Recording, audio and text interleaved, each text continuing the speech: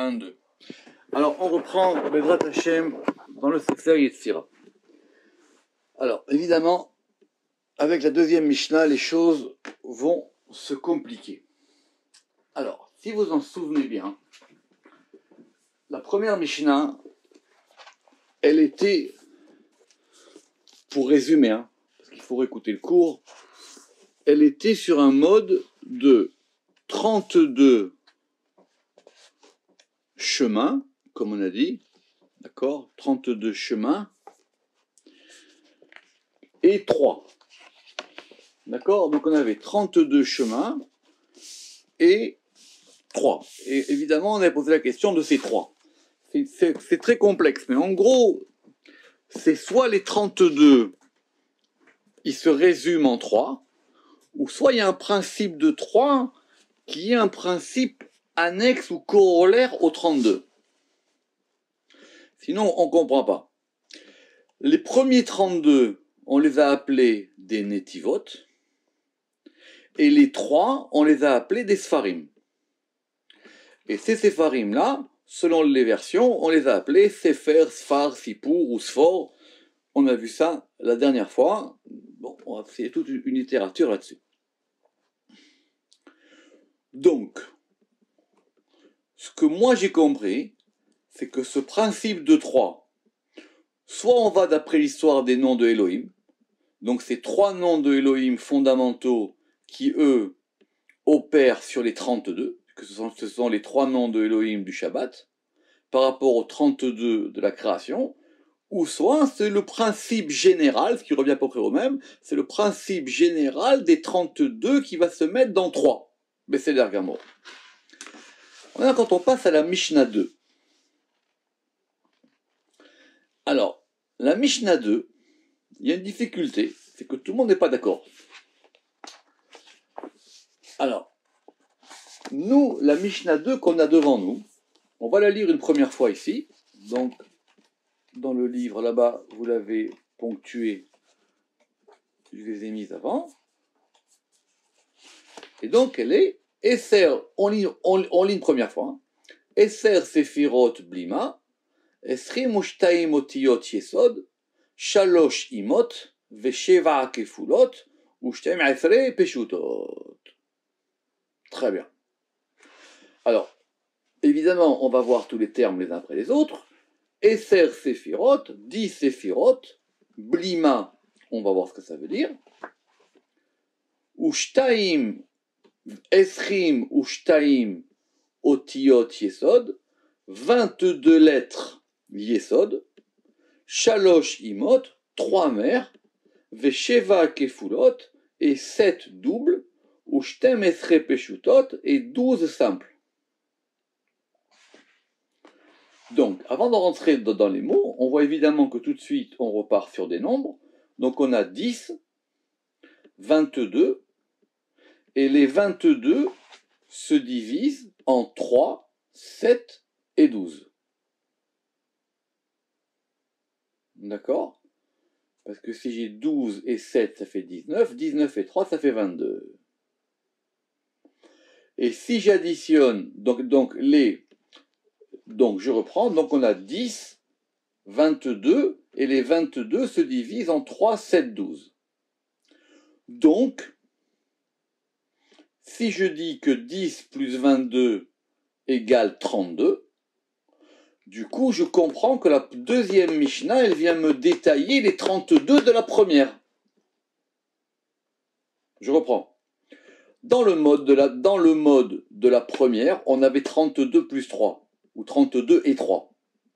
Dans la deuxième Mishnah, on vient nous dire maintenant, il y a 10 et 22, et les 22 se divisent aussi en 3. Donc, en termes de rythme, c'est pareil. En termes de rythme, si vous avez comme un tambour, pam, pam, pam, pam, maintenant on a aussi 32 qui sont 10 plus 22, qui sont 3. Et les 3 qui sont maintenant ici 3, 7, 12. Je veux dire, Sefer Yetzira, il est là pour vous commencer à vous faire tourner les choses. Ok. Alors, on va y aller doucement parce qu'on a du boulot. Esser Séphirot. Donc disons qu'on a 10 Séphirot. La première question la plus simple, c'est quoi ce mot de Séphirot? D'où il sort? Vous, ça vous semble simple. Nous aussi, on dit, bon, les Séphirot, on connaît. Mais c'est quoi une Séphira? Quand on cherche à savoir d'où vient le mot de Séphira, en général, tout le monde dit que ça vient du Sefer Yetzira, les fameuses Séphirot, d'accord? J'espère que vous savez ce que c'est. Très bien. En tout cas, le mot ici, il apparaît pour la première fois. Dans la première Mishnah, on n'avait pas Séphirot. La première Mishnah, on avait Sepharim, Sfer, Sfar, Sfor, ou Sfer, ou Sfar, ou Sipour, comme vous voulez. Très bien. Donc, première question, c'est quoi ce terme de Séphirot? Parce que ça vous semble connu, on l'utilise tout le temps quand on fait de la Kabbale, mais personne n'est capable de vous donner une définition précise de ce terme de Séphira. Alors, évidemment, quand on est hébraïsant, on comprend qu'on tourne autour de cette fameuse racine tritrilitaire qui est sa mère Péresh. Mais il y a une différence entre un Sefer, un Sfar, un Sfor, un Sipour. Donc c'est quoi une Séphira? Pachout, la question de base de l'étudiant de base qui fait de la Kabbale. Et c'est une question tellement simple que personne ne la pose.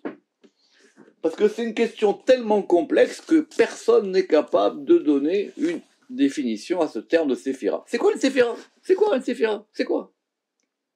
On va passer maintenant des heures dans le Sefer Yetzira, à savoir 10 et 9 et 10 et 11, dans tous les sens. Mais déjà, commençons à savoir par c'est quoi une Séphira. Cette question complexe, elle est détaillée par le Ramak dans un livre qui s'appelle le Shiur Koma. Dans le Shiur Koma, qui est une espèce d'introduction au Hydrot, on va pas rentrer là-dedans, il donne des tas de définitions, de tas de mots très importants qui servent dans la Kabbale.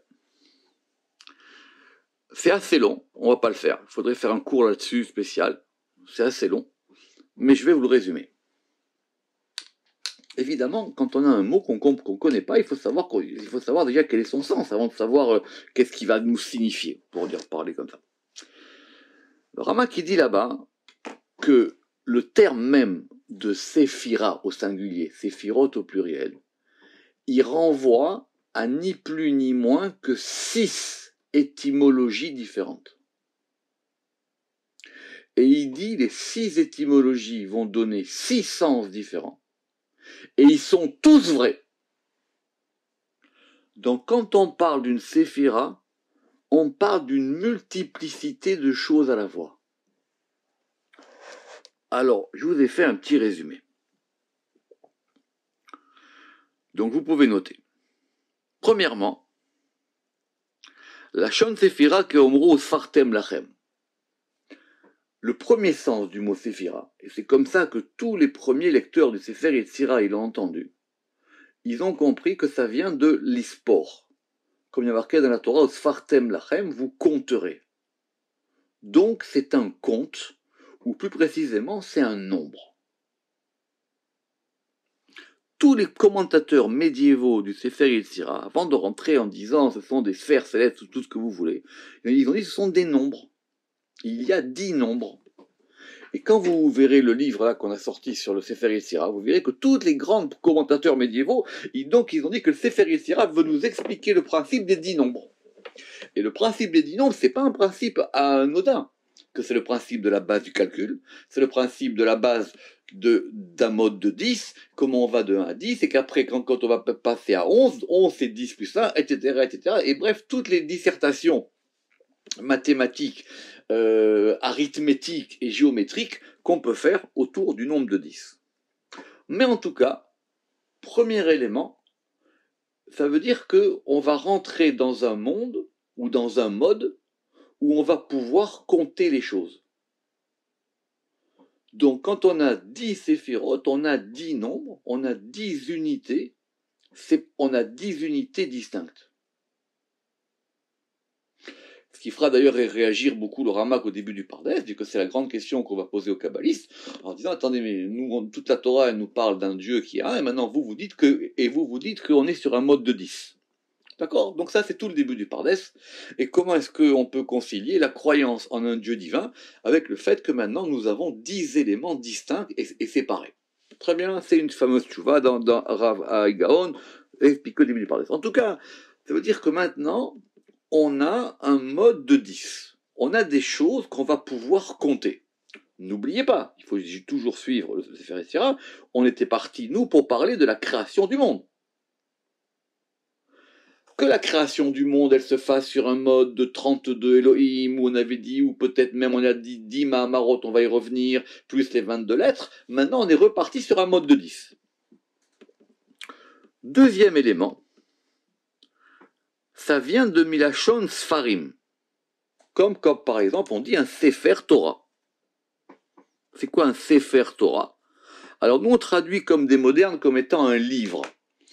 Je ne sais pas si on peut dire le Sefer Torah c'est un livre, en tout cas on va dire que c'est un objet qui est fermé et qui va comprendre à l'intérieur une écriture qui va dire quelque chose. C'est ça un Sefer. Donc c'est quelque chose dans lequel il y a un contenu. Et il y a un contenu écrit. Donc les 10 séphirotes, ce sont 10 livres. Ce sont 10 éléments dans lesquels il y a des choses qui sont à l'intérieur. Et vous allez voir que progressivement, on va comprendre ce que c'est qu'une séphira. Troisième élément, la shon sipour. Comme on a vu, le fait de raconter une chose. Comme par exemple, c'est marqué dans la Torah, Vaïsaper lahem et Chalomo, que Joseph, il a raconté à ses frères son rêve. Donc, les séphirotes, ce sont 10 choses qu'on raconte, ce sont 10 récits. On a 10 récits. Ce sont 10 récits, 10 choses qu'on a racontées. Je répète, soit c'est un nombre, enfin c'est tout à la fois. C'est à la fois un nombre, c'est à la fois un objet qui contient une narration. Troisième élément, c'est la narration elle-même, c'est le fait de raconter quelque chose. Et donc chaque séphira, elle va nous raconter, comme on dit en hébreu, un sipour, elle va nous raconter donc une histoire. Donc dans chaque séphira, il y a une histoire particulière, il y a un récit particulier. Ça c'était pour le 3. Le 4, c'est quand on va décrire les éléments du Beth Amikdash, c'est marqué dans la Torah, Sapir Gizratam. C'est-à-dire, c'est une pierre précieuse qui est la pierre du saphir. Donc ce sont 10 joyaux. Pourquoi on a employé le terme de saphir? Alors le Rama qui va expliquer longuement. Il va dire d'abord, le saphir, c'est une pierre d'une certaine couleur. C'est une pierre qui va être capable de refléter. Elle reflète la lumière qu'elle va recevoir. Et en fonction de la pierre du saphir, la lumière va être après. Alors, elle reçoit la lumière et après elle va la refléter selon ce qu'elle est. Donc les 10 séphirotes, ce sont 10 réflecteurs de lumière. Vous avez une lumière divine et chaque séphira, c'est comme une pierre précieuse qui va refléter les choses.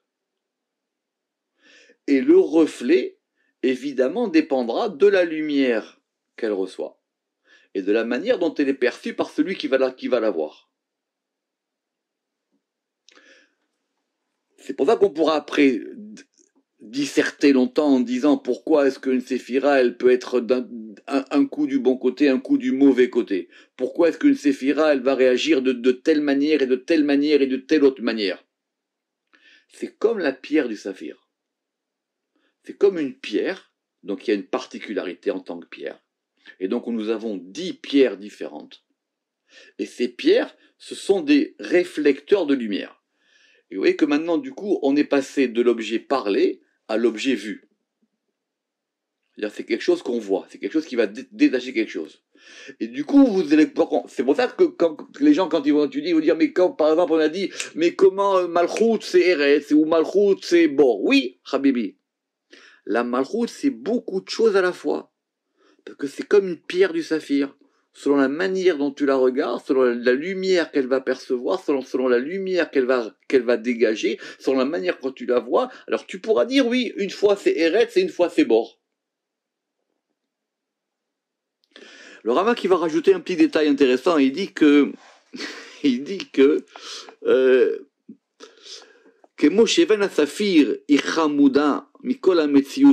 de même que la pierre du saphir est une pierre très précieuse, ad chez Bezmani Melou ena enonim saklal, jusqu'à ce qu'à notre époque on ne la trouve plus.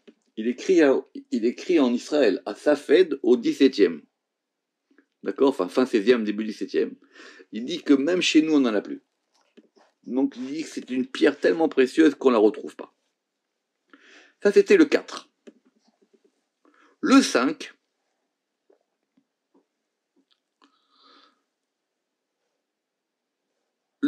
c'est une étymologie un peu plus dans la Mishnah. Quand on va parler de Sfar, ça indique une frontière, une limite. C'est la limite qui va séparer deux villes, par exemple. A'ir asemucha lesfar ou inyan trum ou gvul. Ça indique donc une délimitation, une frontière. Les 10 séphirotes, ce sont 10 objets délimités. Autrement dit, on va rentrer maintenant. Alors vous allez dire, on avait les nombres. Oui, mais les nombres, ils peuvent se déployer à l'infini. Les nombres, c'est simplement une mesure de calcul. Là maintenant, avec cette 5e étymologie, on a le fait qu'on va rentrer dans le principe de la délimitation. Chesed, c'est pas Gvura. Ok, comme dira le Ramak au début, évidemment qu'on pense qu'il y a un Dieu infini, tout ce qu'on veut. Les sphirotes sont des objets délimités. On rentre dans le monde du fini. Ah, évidemment, la Tzilut n'est pas la Brida, qui n'est pas la Yetzira, qui n'est pas la Fia, ou Yacholiot, c'est la Gamour, très bien. Je peux même concevoir le plus haut degré de l'émanation. Mais en tout cas, je rentre déjà dans un élément qui est délimité. Très bien. Et dernier, c'est le fait d'écrire. Parce qu'il y a une occurrence où le fait d'écrire, ça vient de Sefer. La preuve, c'est qu'en hébreu moderne, comment est-ce qu'on appelle la littérature? On appelle la sofroute, la sifroute. Ou même simplement, dans l'hébreu classique, un sofer, c'est un écrivain. C'est quelqu'un qui écrit. Donc les séphirotes, maintenant, elles tracent des choses. Sont des choses qui vont écrire. C'est une écriture. Donc ce sont 10 écritures différentes. Donc quand on va vouloir plus tard associer aux séphirotes des noms divins, on comprendra. Chaque séphira, elle va écrire Dieu d'une autre manière. Quand on dira que Chesed c'est Shem Kel, quand on dira que Gvura c'est Shem Elohim, Tiferet, Yud Kevavke, tout ce que vous voulez, tout ce qu'on a vu dans le Pardes, ce sont 10 écritures différentes. Ça, c'est d'or. Parce que tous les gens qui ont écrit des bouquins sur les sphirotes, personne n'a jamais cité le Ramak. Donc ça, c'est d'or. Et le Ramak, il dit, je résume, il dit, et il faut tenir les 6 étymologies à la fois. Les sphirotes, ça indique tout ça à la fois. C'est tout ça à la fois. Donc avant de dire que les sphirotes sont des attributs divins, donc évidemment c'est le sens pachout sur lequel tout le monde va revenir, ce sont donc les 10 attributs divins, les 10 mesures, ce qu'on va appeler les midot, les 10 mesures divines. C'est-à-dire, mais ces 10 mesures, elles indiquent tous ces 6 degrés à la fois. Donc revenons au début. Donc on a Eser Sephirot. Très bien. Eser Sephirot, Blima. Alors Blima, ça fait couler beaucoup d'encre. Pourquoi? Parce que vous regarderez dans les versions, soit c'est écrit en 2 mots, soit c'est écrit en 1 mot. Donc soit on dit que c'est un seul mot, Bet, Lamed, Yud, Memhe, soit c'est écrit en 2 mots, Blima. Si c'est écrit en 2 mots, Bli, ça veut dire sans. Et ma, ça veut dire quoi? Sans quoi? Sans quoi? Ce que Vajda va traduire comme en disant sans quidité. Alors, on va poser la question, elle dit pourquoi est-ce qu'il n'a pas dit sans quodité? Pourquoi est-ce qu'il a dit le quid et pas il a dit le quod? Bon, c'est une bonne question. Mais en tout cas, ça veut dire que les séphirotes, donc on vient d'en dénommer 10, on les a juste nommés, on n'a pas dit qu'est-ce qu'elles étaient. Nous avons donc 10 séphirotes, et tout de suite, le Sefer Yetzira, d'après cette version, tout de suite il met un frein. Il dit attention, c'est 10 séphirotes, mais ces 10 séphirotes, elles n'ont pas de quidité. Ça veut dire on ne sait pas c'est quoi, littéralement. On ne sait pas, donc, parce que le ma n'est pas le mi, évidemment. C'est-à-dire le ma, le quad n'est pas le qui. Donc ça veut dire que on ne peut pas savoir, pas qui elles sont, parce que c'est pas la question, on ne peut pas savoir quel est leur quoi. C'est quoi? On a juste 10 éléments. Le Rama qui va développer ça en disant que c'est comme si le Sefer Yetzira, il agissait par contraire. D'un côté, j'en ai 10, donc je les ai dénombrés. Et d'un autre côté, je te dis attention, j'ai 10, mais ne cherche, blima, elles n'ont pas de main. Certains ont voulu dire de là que les sphirotes aussi, elles étaient infinies. D'accord? C'est-à-dire que même si elles vont déterminer des éléments distincts, comme on a dit, limités, particuliers, en elles-mêmes sont des éléments complètement infinis. Elles n'ont pas de main, elles n'ont pas de quoi. Ça, c'est pour le blima. Et le blima, en fin de compte, tout le monde, enfin, la plupart des méfarchim, ils sont d'accord qu'il faut le lire en 2 mots. Maintenant, si on le lit en un mot, blima, alors du coup, c'est un verbe. Parce que blima, ça veut dire sans ma. Maintenant, si on lit ça comme un seul terme, blima, alors tout le monde s'est posé la question de savoir d'où il venait ce terme de blima. Alors, il se trouve que ce terme de blima, on va le voir plus tard. Blom picha mildaberbo. Et donc, ça serait la racine bet lamed même, et ça serait le verbe liblom. Alors, c'est très simple parce qu'en hébreu moderne, c'est quoi les blamim? Sont les freins. Ce sont des freins, comme des freins de voiture. Et blom picha mildaberbo, c'est d'ailleurs même tiré d'un verset, ça veut dire freine ta bouche. Le Ramban, il va expliquer qu'il va ramener des versets, il dit c'est comme un mors qu'on met à un cheval, un mors M-O-R-S. C'est quelque chose qu'on met pour l'empêcher de parler, pour l'empêcher de crier. Alors, ce blima en 2 mots ou en un mot, il a évidemment fait couler beaucoup d'encre. En un mot, cette notion de blima, ça voudrait nous dire quoi? Soit ce sont 10 séphirotes, mais blima, ça veut dire freine. 10 séphirotes, frein. Ça veut dire maintenant, débrouille-toi avec ça. Freine, tu peux pas aller plus loin. Je t'ai dit qu'il y en a 10, mais ne cherche pas d'aller plus loin. Vous regarderez d'ailleurs que quand c'est écrit en 2 mots, alors ça dépend de la traduction. Par exemple ici, lui il a dit sans rien. D'accord, 10 sur blima. Mais quand vous regardez à la fin dans le dictionnaire ou à propos de blima, il a rajouté beaucoup de choses. Sans quoi, sans quelque chose, sans quid, d'accord? Et c'est pour ça qu'après de là, on est venu sans néant de destruction. Et quand on est dans blima, c'est le freinage, c'est l'enrayage, d'accord? Maintenant, le fait de brider, le fait de dompter, ça dépend des dictionnaires. Il a ramené à la fin tout ce qu'il y a dans tous les dictionnaires, c'est cette notion. Bon, le Rama qui préfère blima en 2 mots, pour des raisons kabbalistiques, parce que ça veut dire que blima, ça veut dire qu'il n'y a pas de ma'out. Elles n'ont pas accès au degré de ma, elles n'ont pas accès, il n'y a pas de degré de 45. Le degré de 45, il viendra plus tard, évidemment. Donc je reprends. Eser Séphirot, on a 10.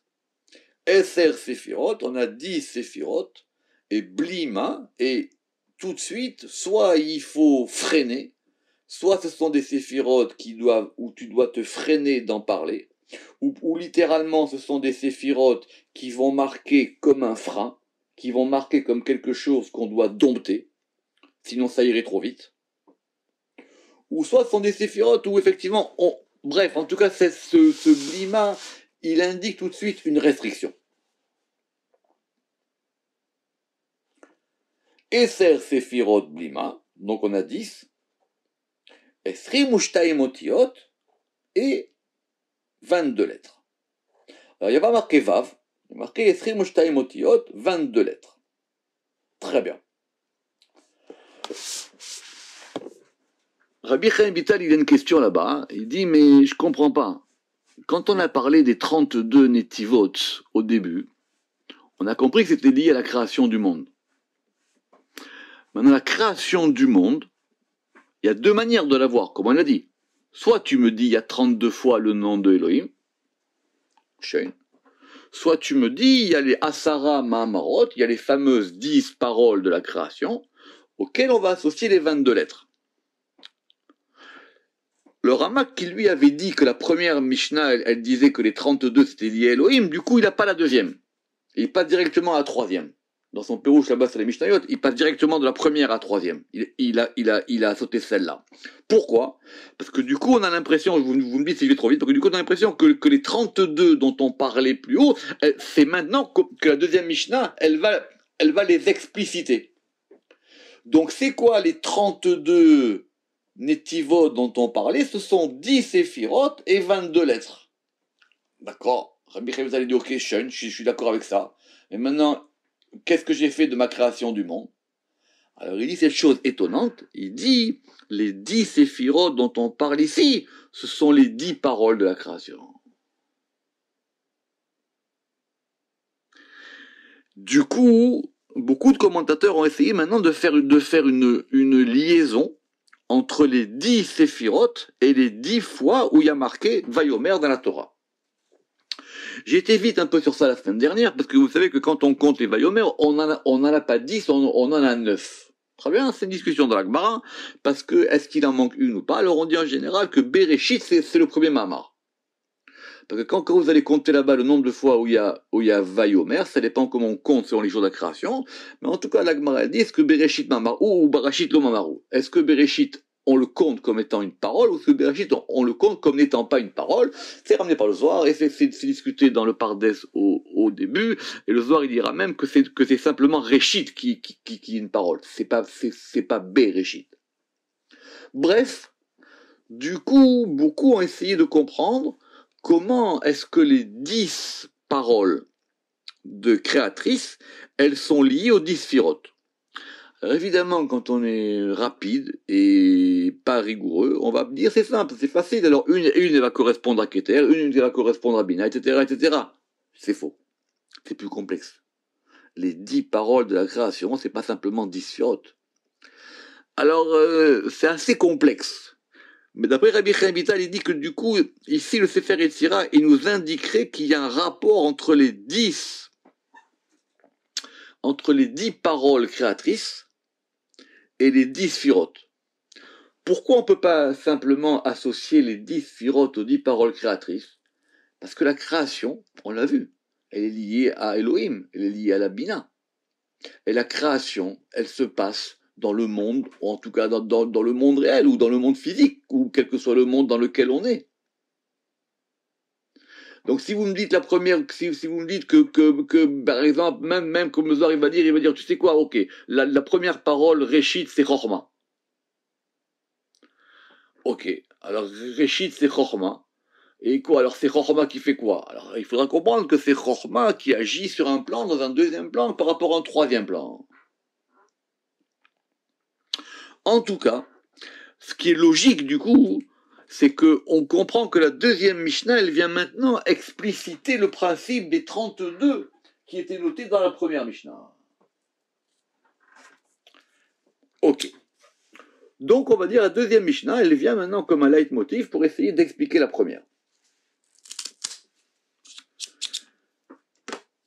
Alors si c'est comme ça, on a dit 10 sefirot blima, 22 otiot yesod. Donc de même qu'on a accolé aux 10 sefirot la qualification de blima, on a accolé aux 22 lettres la qualification de yesod. Les commentateurs et les traducteurs rapides, ils ont compris que c'était 22 lettres fondamentales. Esrim ushtaim otiyot yesod. Or, grammaticalement, c'est pas juste. Donc, qu'est-ce qui vient nous rajouter ce yesod? Parce que ce yesod, vous l'avez dans toutes les versions. D'accord? Alors, c'est pas facile. Pas facile du tout. Alors, littéralement, comme ça, c'est dit. 22 lettres, yesod, fondement. On peut pas dire que c'est marqué 22 lettres fondamentales. Alors, Ramak, j'ai l'impression qu'il dit que les 22 lettres ici, on les qualifie de yesod pour dire que c'est le fondement des choses. Que le fondement des choses, il est lié aux lettres.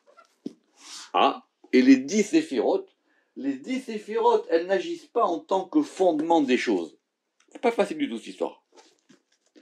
C'est pas facile du tout de comprendre cette notion de yesod ici. Qu'est-ce que ça veut dire? Alors, Rabbi Chaim lui va dire que ces 22 lettres, elles sont déployées par rapport à yesod.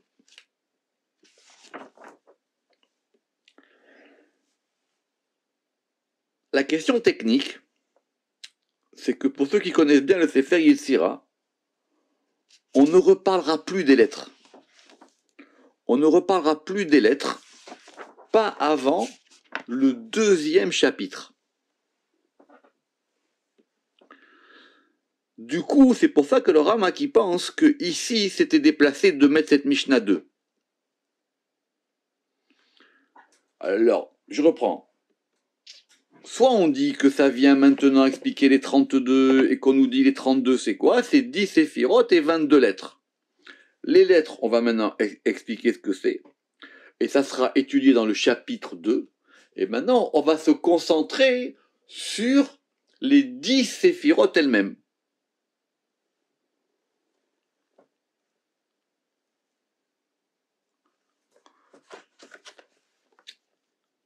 À propos de Yesod, voilà ce qu'il dit le Ramak. Veine kara le kavbet otiyot Yesod. Pourquoi est-ce qu'on a nommé ces 22 lettres comme étant Yesod? L'Yotan Yesod kol blis afek, parce qu'elles sont le fondement de tout. Chez Mehem Yasada kol, parce que c'est par les lettres que tout a été fondé. Donc ce sont des lettres qui ont permis la fondation des choses. Mais vous comprenez bien qu'il y a une différence entre la conception, la réalisation et la fondation. Et donc, tous les autres aspects de la création, apparemment, seraient du côté des 10 sphirotes.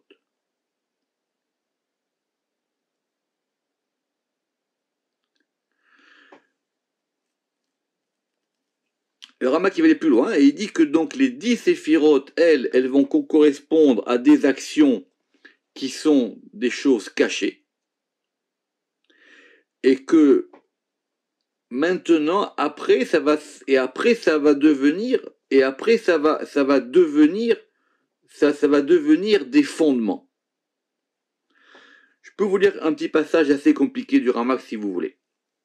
Veyoter misé ani omer, et je vais dire plus que ça. Shekasher tedagdek bemaase ser netivot akodmot. Que si maintenant tu fais attention aux 10 premières netivot. Pourquoi? Parce que les 32 netivot, du coup maintenant, elles deviennent 10 séphirotes et 22 lettres. Eh oui, on était sur un mode de 32. Alors quoi? Alors donc ça veut dire que maintenant, chaque lettre c'est un netiv. Il y a 22. Et chaque parole, ça correspond à un netiv.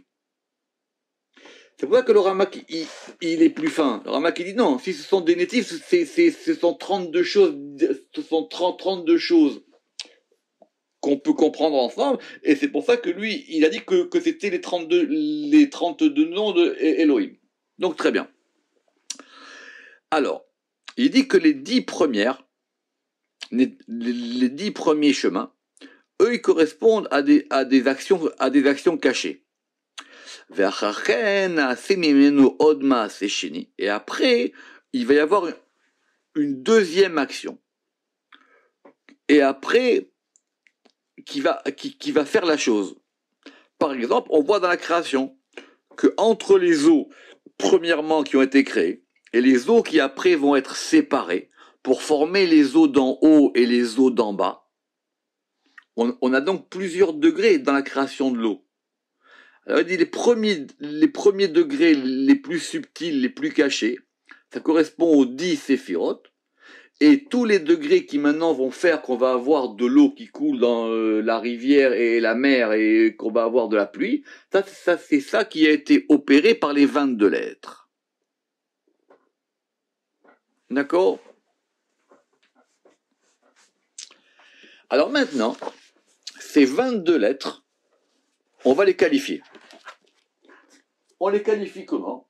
On les qualifie selon quelque chose qui est propre au Sefer Yetzira.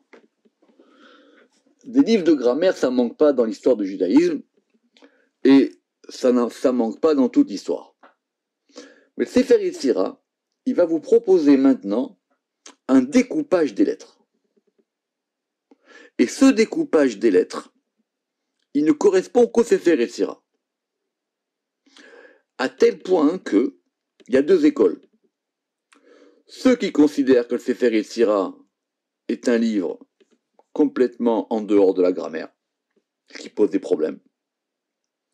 Ou soit de dire, du coup, le Sefer Yetzira, il propose une grammaire. Je me rappelle une fois, il y a de nombreuses années, à propos, on verra plus tard, à propos des Sheva Kefulot, il y a un type, j'avais un petit peu, j'avais parlé avec quelqu'un, et il m'a dit à un moment, en s'énervant, mais le Sefer Yetzira n'est pas un livre de grammaire. Donc c'est pas la peine maintenant que tu commences à chercher des preuves de grammaire. Pourquoi? Parce que des manières de diviser les lettres de l'alphabet, on est en train de parler d'alphabet, l'alphabet c'est important, on a dit que c'est par ça que le monde a été créé, ça manque pas. Et on verra après que Sefer Yetzira va revenir là-dessus.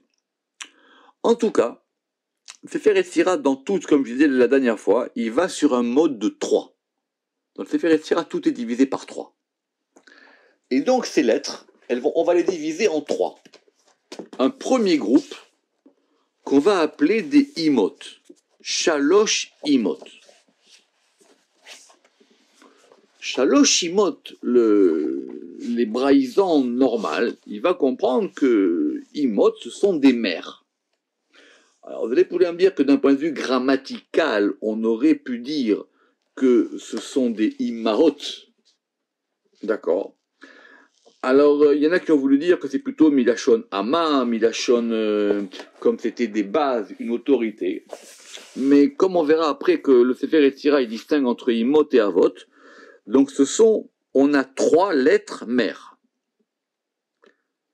Vesheva Kefulot et 7 doubles, ou Shtem Esre Peshutot et 12 simples. Le Rama qui dit que Peshutot, ça a 2 sens. Soit ça veut dire qu'elles sont simples, soit ça veut dire, comme on dit l'ipshot, les apshit, elles sont déployées. Donc on a 1 degré de 3 mères, 1 degré de 7 doubles, et 1 degré de 12 qui va se déployer, ou de 12 simples. D'accord. Maintenant, la question c'est que dans le 2e chapitre, on va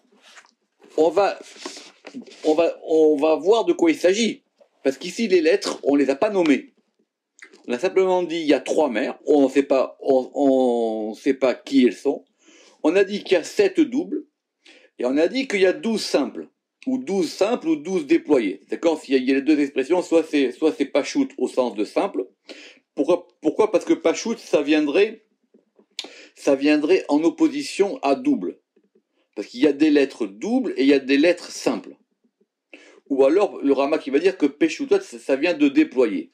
Mais, et on va rester sur cette question pour aujourd'hui, c'est que dans la structure du Sefer Yetzira, le principe des lettres, parce que maintenant on veut savoir c'est quoi ces lettres simples et c'est quoi ces lettres doubles et c'est quoi ces lettres mères, on le verra dans le deuxième chapitre. Donc, je résume. Soit ici, on a simplement voulu nous dire, on a parlé de 32 dans la première Mishnah, et maintenant on va expliquer que les 32, elles sont 10 séphirot, blima et 22 lettres, et à partir de la Mishnah 3, on va maintenant détailler les 10 séphirot pour laisser de côté l'examen des 22 lettres qui lui viendra au deuxième chapitre. Le Rama qui n'est pas d'accord avec ce découpage, le Rama qui dit que normalement, les lettres, elles vont venir au deuxième chapitre. Et que donc, elles n'avaient pas à être mises dans le premier chapitre. Ça change quoi? Ça change de savoir si, tout de suite, on va mettre en collaboration ou en jonction les lettres et les sphirotes, ou pas. Ou tant qu'on est maintenant dans les nétivotes, on va passer des nétivotes aux sphirotes, on va examiner les sphirotes, et après on passera aux lettres. Donc c'est un problème de dynamique des choses. Autre élément, c'est que ce Esser Sefirot Blima, il va venir, je ne sais pas, il y a un mot en français, comme quelque chose qui revient sans cesse dans une poésie. Il y a un terme technique. Bon, alors moi je dirais comme un leitmotiv, mais il y a un terme, on l'a trouvé. C'est-à-dire que maintenant, toutes les Mishnayot qui vont venir, elles vont dire Esser Sfirot Blima, Esser Sfirot Blima, Esser Sfirot Blima. Il faut être sensible à la poésie du Sefer Yetzira. Il faut être sensible au rythme. N'oubliez pas que c'est un texte qui est fait pour être étudié, pour être lu, pour être récité. D'accord? Donc, du coup, maintenant, on va commencer à ouvrir ça. On verra ça avec la troisième Mishnah la semaine prochaine. Baruch Adonai Le'olam. Amen ve Amen.